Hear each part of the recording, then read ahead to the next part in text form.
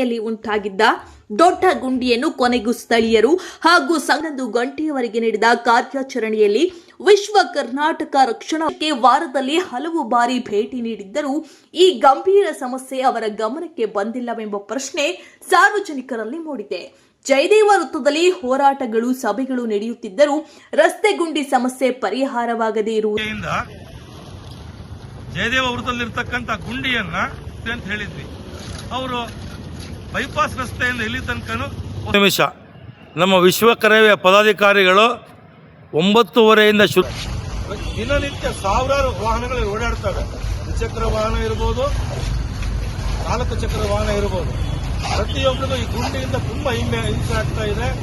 ವಯಸ್ಸಾದವರಿಗೆ ಗುಂಡಿ ಒಂದ್ಸಲಿ ಗಾಡಿ ಇಳಿದು ಹೋಯ್ತು ಅಂದ್ರೆ ಮಹಾನಗರ ಪಾಲಿಕೆ ಇರ್ಬೋದು, ಜಿಲ್ಲಾಡಳಿತ ಇರ್ಬೋದು, ಆದರೆ